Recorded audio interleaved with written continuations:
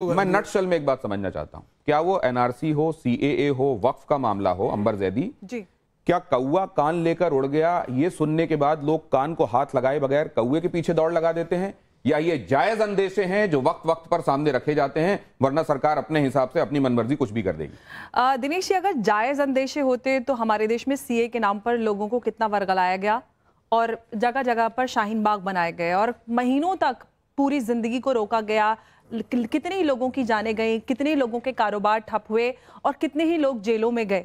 लेकिन सबसे पहली बात जो आपने बहुत इंपॉर्टेंट बात कही है, जो हमारे यहाँ पे जितने भी लोग बैठे हुए हैं और जो हमें देख रहे हैं, सुन रहे हैं, वो कभी भी कान को हाथ लगा कर नहीं देखते कि कौवा लेकर गया है या नहीं गया है। लेकिन ये जो लोग शोर मचाते कि कौवा कान ले गया, इनकी आवाज पे सब दौड़ जाते हैं, लेकिन कभी ये नहीं देखते कि ये लोग किस लिए इस तरह से बार बार एक ही पैटर्न पे कौम को वर्गलाते हैं। क्यों बार बार, कभी एनआरसी के नाम पर, कभी सीए के नाम पर, कभी पॉपुलेशन बिल के नाम पर, कभी ट्रिपल तलाक बिल के नाम पर। अगर कोई सरकार अमेंडमेंट कर रही है, देखिए सरकार की जिम्मेदारी होती है कानून, जितने भी नागरिक हैं उनके बारे में सोचना, उनको हर अधिकार, उनको सुरक्षा फराहम कराना। अगर आप नहीं सोच रहे हैं, जो कौम के लीडर्स का काम था, आपने कभी नहीं सोचा कौम की फलाह बहबूदी के नाम पर। मैं एक इंपॉर्टेंट बात कहने वाली हूँ दिनेश जी, ये ओवैसी साहब जो आज यहाँ पर बैठ के कहें कि तुम्हारे बाप दादाओं की कब्रें छीन ली जाएंगी, किसकी कब्र छीन ली गई? यहां से ज्यादा मस्जिद, इमाम बारगाह, दरगाहें किसी दुनिया के किसी देश में नहीं है। रशीदी साहब, मैं आपके समय पे नहीं बोली थी, प्लीज मुझे बोलने दीजिए। खुद जो वक्फ के ऊपर सवाल उठा रहे हैं, सबसे बड़ा घोटाला खुद ओवैसी साहब करके बैठे हुए हजारों करोड़ का, तो सबसे बड़ा डर उनको ये नहीं कि कौम को फायदा पहुंचे वक्फ की प्रॉपर्टीज के नाम पर, उनको खतरा है कि हमारे हाथ से ये सारी चीजें चली जाएंगे, जो क्योंकि सबसे ज्यादा स्कैम्स ये लोग करते हैं। हाजिर अंग्रेज उन्हीं की पार्टी की नुमाइंदगी करते हैं। यहाँ पे साबित करें, ये चर्चा बहुत सारी बड़ी बातें हो रही है इस चीज लेकर, और वक्त के नाम पर चाहे वक्त प्रॉपर्टीज के रेंटल और की बात हो, चाहे उनके कब्जेदारी की बात हो, नहीं आप ये बताइए ना किसके कब्जे में है प्रॉपर्टीज, किसकी जिम्मेदारी है? मैं बता रहा हूं ना, आपको जो फायदा पहुंचना चाहिए। आपने एआईएमआईएम को लेकर, ओवैसी को लेकर एक बात कही है, जरा उसका जवाब सुन लीजिए। 1000-3000 करोड़ का घोटाला एक सेकंड एक करके ये नैरेटिव बनाया गया कि डिफेंस और रेलवे के बाद जो है वक्फ के पास इतनी बड़ी संपत्ति है। नैरेटिव नहीं, सच्चाई है। ये सच्चाई नहीं है, सुन तो लीजिए, ये सच्चाई नहीं है। 2 मंदिर ऐसे हैं साउथ में जिनकी 3 गुना ज्यादा जो है संपत्ति और पैसा उनके नहीं, उससे क्या ये बात, उससे क्या ये बात गलत हो जाती है? अरे सर, क्या ये तथ्य गलत हो जाएगा उस तथ्य की वजह से? नहीं, वो ये सच्चाई नहीं है क्या? देश की क्या बनाया जा रहा, क्या दिखाया जा रहा है कि मुसलमानों के पास इतनी बड़ी संपत्ति है, इतनी सारी जगह है, 9 लाख एकड़ जगह है। अरे जब मैं कह रहा हूँ 2 मंदिरों के पास उससे ज्यादा अधिक तो उस पे तो टैक्स जाता है ना, सरकार के पास जाता है, सारी चीजें किस तरह की बातें कर रहे हैं? हमें किसी से कोई दिक्कत नहीं है। अभी तक सरकार रेलवे की जमीन बेच रही थी, एयरपोर्ट बेच रही थी और रेलवे स्टेशन बेच रही थी। अब सरकार चाहती है कि अडानी और अंबानी को ये जो वक्फ की जो संपत्ति है, और देखिए जो अडानी का, अंबानी का जो घर बना हुआ है, वो भी वक्फ की संपत्ति है, वो भी वक्फ की संपत्ति। अच्छा, किसकी सरकार है? ये जो आप सुन रहे हैं ना, किसकी सरकार? मैं इसलिए इमाम साहब आपके सामने ये तमाम पॉइंट ऑफ व्यूज में रख रहा हूँ। ताजमहल तक को ये बता दिया जाता है कि वक्फ की संपत्ति है। मैं आपसे ये जानना चाहता हूं कि क्या इसमें वाकई इतनी पेचीदगियां हैं कि कई पॉइंट ऑफ व्यूज की इसमें गुंजाइश है, या वो लोग जो सियासत करना चाहते हैं वो एक राय नहीं बनने दे रहे हैं? बात ही नहीं कर रहा है कोई। बिल्कुल आपने सही फरमाया कि इस पे क्या हो रहा है कि सियासत ज्यादा हो रही है, और उस सियासत की वजह से उसको मतलब लोगों को कंफ्यूज कर रहे हैं लोग। असल में इस जो संशोधन है वो समय के अनुसार होता है। अब उसमें अगर वक्फ में संशोधन हो रहा है तो उसमें एक तो सियासत नहीं होनी चाहिए। अभी जिस तरह के मामला चल रहे हैं, इसमें जो मामला चल रहे हैं, तो इसमें अभी हम लोगों को इस पर एक होकर उस पर बिल सामने आने वाला है। जवाब तो दे दो, आपने वक्फ बिल को पढ़ लिया? बिल्कुल, बताइए क्या कमी है उसमें? मैं आपसे पूछ रहा हूँ क्या कमी है उसमें? क्या संशोधन हो रहे हैं? आप एक मिनट संशोधन क्या आपको क्या कमी लग रही है? आप बताइए संशोधन क्या क्या हो रहे हैं, वो बताइए। आप बताइए आपको कमी क्या लग रही है? देखिए ये क्या बात है? संशोधन क्या क्या हो रहा है? आपने उनसे सवाल पूछा तो बदले में उन्होंने भी सवाल पूछा, बताइए ना, आपका जवाब दीजिए तो उनको ये मुतमईन हो जाएंगे कि आपको सब पता है इस बारे में। आप कमी बताइए उसमें क्या? मैं आपसे पूछ रहा हूँ, वैसे तो आपका नजरिया, सर मेरे सवाल का जवाब आपका नजरिया सारा देश जानता है, लेकिन मैं आपसे पूछ रहा हूँ, दुनिया का सबसे बुरा इंसान हूँ, आपका काम विरोध करना है वो आप करें, कोई नहीं, लेकिन ये सवाल का जवाब दे दो। लेकिन मैं आपसे पूछ रहा हूँ कि आपको संशोधन में एतराज क्या है? इमाम साहब, मैं जवाब दे रहा हूँ।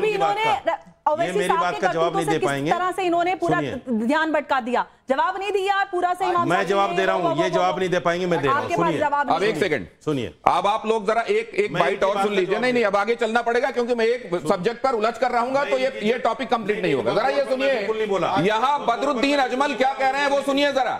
इमाम साहब का ओपिनियन उसमें लूंगा और प्लीज फॉर्मेट का और मर्यादा का ख्याल रखिएगा। जरा सुनिए। मुझे बोलने दीजिए। लड़कियां 18 साल सरकार ने इजाजत दी, उसके बाद शादी कर लेते हैं। वो लोग 40 साल से पहले 1, 2, 3 इलीगल बीवियां रखते हैं, वहां बच्चे होने नहीं देते हैं, उनका खर्चा वो बजाते हैं, मजा उड़ाते हैं। उसके बाद 40 साल के बाद माँ बाप ने मजबूर किया या कहीं फंस गए तो एक शादी कर ली। उसके बाद 40 साल के बाद बच्चा पैदा करने की सलाहियत कहाँ रहती है? तो कैसे उम्मीद रखते हैं कि वहां से इतने बच्चे बढ़ेंगे? तो जो लोग टाइम पे फर्टाइल जमीन के ऊपर आप जब मिट्टी डालोगे और दवा डालोगे तो वहां से तो धान ही धान उगेगा, खेती अच्छी होगी, लहान होगी, तरक्की होगी। तो उनको भी अपनाना चाहिए मुसलमानों के इस फॉर्मूले को। हजरत आप चीफ इमाम हैं, इस तरह के मामलों पर ये टिप्पणियां, इसको आप कैसे देखते हैं? दरअसल इन्होंने जो क्या सही कहा, इनका मकसद क्या था कहने का?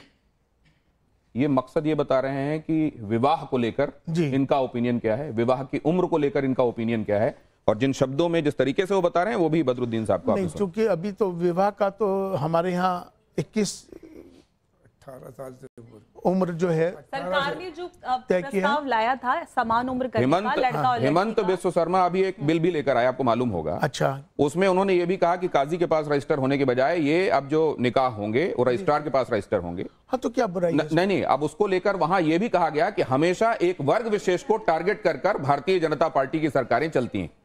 नहीं, मुझे लगता है कि ऐसा नहीं है। अगर कोई कानूनन कोई चीज सही तरीके से की जा रही है तो उसमें कोई एतराज क्या है इसमें? तो आपको भारतीय जनता पार्टी की सरकार की तरफ से किए जाने वाले काम, उनकी तरफ से लाए जाने वाले जो बिल हैं, जो संशोधन है कानूनों के, वो सब सही लगते हैं? नहीं, अभी यकीनन देखिए क्या है कि इमाम साहब अभी तक निकाह सही नहीं हो रहे हैं मुसलमानों में। नहीं, मतलब ये रजिस्टर होने की बात हो रही है, निकाह की बात अभी तक निकाह सही नहीं हो रहे हैं क्या? नहीं, निकाह की बात रजिस्टर होने की हो रही है। अभी तक निकाह अगर जो रजिस्टर अभी काजी के पास है, लेकिन अगर सही हो रहे हैं नहीं हो रहे हैं, यकीनन सब सही हो रहे हैं, तो फिर रजिस्ट्रेशन का क्या मतलब? रजिस्ट्रेशन क्यों नहीं होना चाहिए? क्या मतलब? नहीं, क्यों नहीं होना चाहिए? मतलब बता दीजिए। नहीं, मतलब मैं आपसे पूछ रहा हूँ क्यों नहीं होना चाहिए? क्या मतलब है उसका? क्यों नहीं होना चाहिए? मतलब सुनिए, मैं बताता हूँ।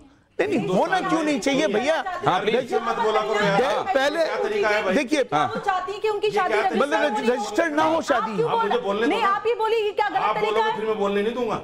नहीं, ये सारी शुरुआत आपने की है। आप बोल नहीं पाओगे तो मैं भी साथ कर सकती हूँ। नहीं, आप गलत चीजें क्यों बोल रहे हो कि निकाह गलत हो रहा है? निकाह अलग है, शादी का रजिस्ट्रेशन अलग है। शादी सब अपने रीति रिवाज के हिसाब से करते हैं। ऑडियंस भी इसमें कुछ कहना चाह रही है आप लोगों से? पूछिए ना महिलाओं से, सब महिलाओं की बात भी यही करेंगे, पुरुषों की भी बात यही करेंगे, इमाम की भी बात यही करेंगे। मेरी बारी भी आने दीजिए प्लीज, मैं भी हूँ यहाँ पर।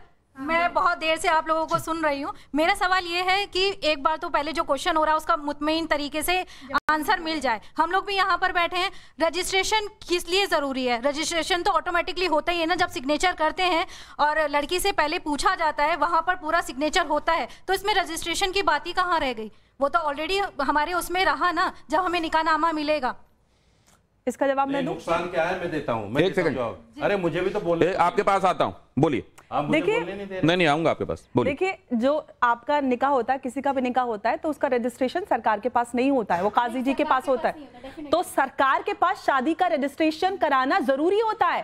कल आप, ये आपके अधिकारों की बात है, कल आपका पति कहे कि शादी नहीं हुई, कल आपके बच्चों को अधिकार ना मिले, तीसरी शादी कर ले, ये महिलाओं के अधिकारों से। और सबसे अहम बात, जो कम उम्र में बच्चों की शादी होती है उनको प्रोटेक्ट करने के लिए कदम उठाया जा रहा है। कम से कम आप महिलाओं के लिए एक बुराई नहीं है, समाज को किसी भी नहीं आ रहा हूं सर, ऐसे मत कीजिए। इधर माय नहीं, एक सेकंड, एक और दूसरा सवाल प्लीज, जल्दी से हाईजैक मत कीजिए प्लीज, एक सेकंड बोलिए। सर, जब आप लोगों को न्याय चाहिए होता है तब आप इस संविधान के पास भागते हैं। जब ये संविधान कहता है कि यही शादी रजिस्टर होनी चाहिए, क्यों आप उस संविधान के हिसाब से उस शादी को रजिस्टर नहीं करना? एक संविधान कहाँ गलत है सर? साजिद रशीद, बेटा इधर सुनो, बेटा इधर सुनो। सरकार का प्रोपोगेंडा। आप कौन सी क्लास में पढ़ रही हैं? कॉन्स्टिट्यूशन का सर मैं पीजी कर रही हूँ। पीजी कर रही हैं? हाँ जी। अभी आपकी बहुत कम उम्र है, हम बहुत दुनिया में घूम रहे हैं। नहीं, उनका सवाल सीधा है सर। मैं जवाब पे ही आ रहा हूँ। उमर से नहीं होता सर। मैं जवाब पे ही आ रहा हूँ। कॉन्स्टिट्यूशन जो बात कहता है, सुनिए, जवाब पे ही आ रहा हूँ। जवाब पे ही आ रहा हूँ। कॉन्स्टिट्यूशन सुनिए, अरे मैं बता रहा हूँ ना, सुन तो लीजिए। एक क्वेश्चन सुन लीजिए, मेरा सीधा सा सवाल है। मेरा सवाल है कि रजिस्ट्रेशन के आप बोल रहे रजिस्ट्रेशन नहीं होना चाहिए, उसमें क्या ऐसा नुकसान हो रहा है जो आपकी मैं बता रहा हूँ। देखिए, नुकसान नहीं, केवल एक दर्ज ही तो हो रहा है ना। अच्छा, मैं सुन तो लीजिए, सवाल हो गया आपका, सुनिए मैं बता रहा हूँ। देखिए, अभी CNRC पर बात आई, मैं लेके चल रहा हूँ उसी को। 28 लोगों को अभी जेल में डाला है 5 दिन पहले। किसी की माँ है उसमें, किसी का बाप है, किसी का भाई है। एक घर में जब 5 लोग हैं तो 2 आदमी विदेशी कैसे हो सकते हैं? ये होता है गलत काम। रजिस्ट्रेशन के नाम पर भी जो गलत काम होगा, यहां 60% इनलिटरेसी है इस देश के अंदर, 60%। समझ रहे हैं आप उस बात को?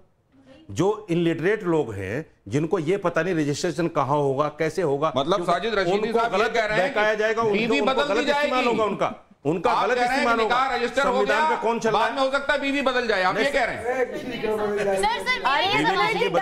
तो फिर आप ये बात ही कह रहे हैं? 5 लोगों का परिवार, उसमें 2 विदेशी कैसे निकल आए? आपने ये बात कही ना अभी। ये हेमंत विश्व शर्मा से पूछो। मैं ये कह रहा हूं कि अगर हेमंत विश्व शर्मा से पूछो, अपवादों को, ये हेमंत विश्व शर्मा से पूछो जिसने 28 लोगों को जेल में डाला। आप अपवादों को नियम बनाएंगे? पूछो उनसे। नहीं, आप अपवादों को नियम बनाएंगे? आप अपवादों को नियम सवाल कर सकेंगे? हेमंत विश्व शर्मा नहीं कर पाएंगे। आप जरा ये भी नहीं कर पाएंगे आप। अब इलेक्शन की बातें भी